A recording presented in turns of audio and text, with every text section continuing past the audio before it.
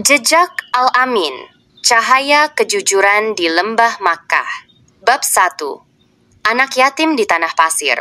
Di lembah Makkah yang tandus dan berbukit, seorang anak kecil berjalan menyusuri pasar dengan langkah tenang. Namanya Muhammad bin Abdullah. Sejak kecil ia telah merasakan getirnya hidup. Ayahnya wafat sebelum ia lahir. Tak lama ibunya pun meninggalkannya dalam sunyi. Tinggallah ia dalam asuhan kakeknya, Abdul Muthalib, dan kemudian pamannya, Abu Talib. Meski hidup tanpa orang tua, Muhammad kecil tumbuh menjadi anak yang berbeda. Di tengah hiruk-pikuk, maka di mana dusta dan tipu daya menjadi kebiasaan pedagang Muhammad, dikenal karena kata-katanya yang jujur.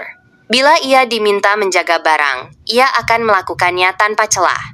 Bila disuruh menjual, ia tak pernah mengurangi timbangan. Suatu hari, seorang pedagang tua bernama Hakim Ibnu Hizam memanggilnya.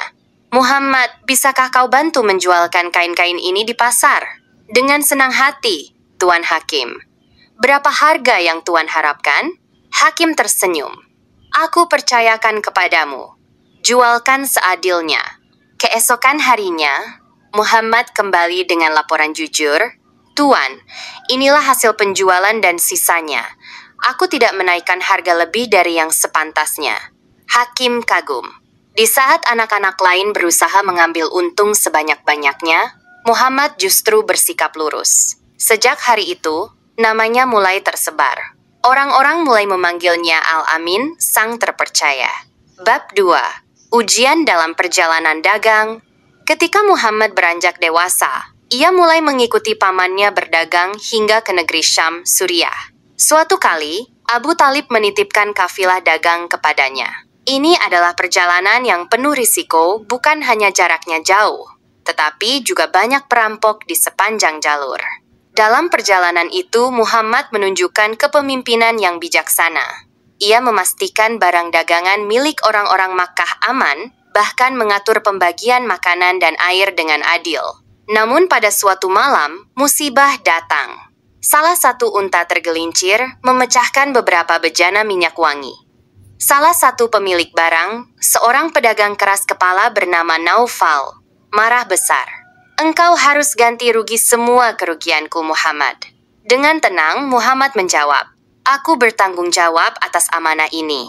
Aku akan mengganti kerugianmu dari hasil keuntunganku nanti.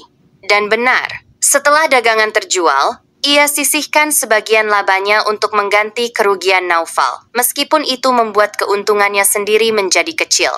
Sikap itu membuat semua anggota kafilah kagum. Kejujurannya tidak goyah, bahkan saat dirugikan. Bab 3. Tawaran dari seorang wanita terhormat. Berita tentang integritas Muhammad sampai ke telinga seorang wanita bangsawan Quraisy, Khadijah binti Khuwailid. Ia adalah pengusaha sukses yang terkenal akan kecerdasannya. Suatu hari, ia memanggil pelayannya, Maisarah. Carilah Muhammad bin Abdullah. Aku ingin memintanya memimpin perniagaan barang-barangku ke Syam. Maisarah pun menemui Muhammad. Tawaran itu besar, Khadijah akan memberikan imbalan 2 kali lipat dibanding biasanya.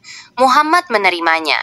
Dalam perjalanan, Maisarah memperhatikan sesuatu yang unik. Tidak hanya Muhammad jujur dalam berdagang, tetapi perilakunya kepada orang asing pun sangat santun. Ia tidak pernah berbohong, tidak curang, dan selalu menepati janji kepada pembeli maupun pedagang dari negeri lain.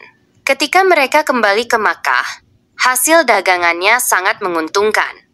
Maisarah menceritakan semua itu kepada Khadijah. Wahai majikanku, belum pernah kulihat orang sejujur dia. Bahkan saat ditipu pedagang Syam, dia memilih bersabar dan tetap bertransaksi adil. Khadijah pun makin terkesan. Sebuah perasaan kagum mulai tumbuh di hatinya. Bab 4. Al-Amin memperbaiki perselisihan besar. Suatu ketika, Ka'bah rumah suci di Makkah rusak akibat banjir. Para pemimpin Quraisy sepakat memperbaikinya. Namun, ketika sampai pada pemasangan Hajar Aswad, batu hitam suci, mereka berselisih siapa yang paling berhak meletakkannya. Pertikaian hampir berujung perang saudara.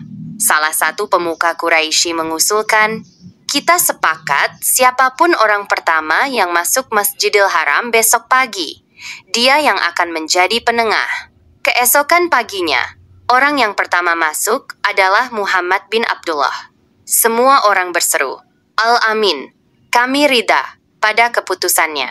Dengan tenang, Nabi Muhammad meminta selembar kain. Ia letakkan Hajar Aswad di tengah kain, lalu meminta perwakilan dari tiap suku memegang ujung kain dan mengangkatnya bersama-sama. Setelah sampai di tempatnya, beliau sendiri yang meletakkannya. Semuanya puas, pertikaian reda. Kebijaksanaannya menyatukan hati yang hampir tercerai-berai.